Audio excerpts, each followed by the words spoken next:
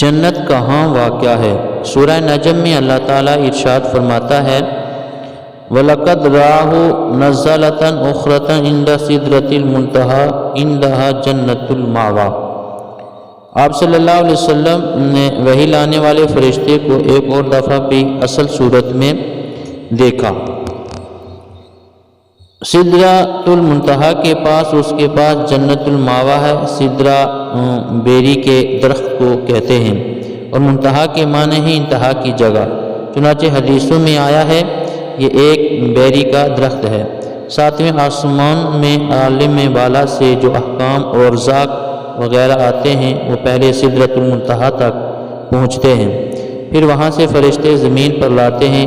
اسی طرح جو اعمال اوپر جاتے ہیں وہ بھی سدرۃ المنتہا تک پہنچتے ہیں، پھر وہاں سے اوپر اٹھا لیے جاتے ہیں اور دنیا میں اس کی مثال ڈاک خانہ جیسی سمجھی جاتی ہے۔ خطوط کی آمد و رفت وہاں سے ہوتی ہے، اسی مقام کی عظمت کی طرف اشارہ کرتے ہوئے اللہ تعالیٰ مزید ارشاد فرماتا ہے عندہا جنت الماوا، اسی کے پاس ہی جنت الماوا ہے، اور ما کے معنی ہے رہنے کی جگہ، اور چونکہ جنت نیک بندوں کے رہنے کی جگہ ہے اس لیے اسے جنت الماوا کہتے ہیں۔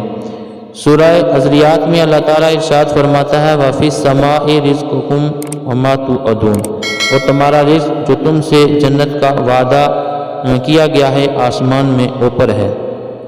اور عربی میں سما اوپر کو بھی کہتے ہیں کیونکہ قیامت کے بعد آسمان اور زمین باقی نہیں رہیں گے۔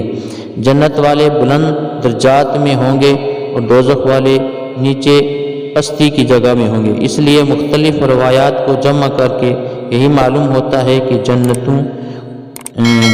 اوپر ہوگی۔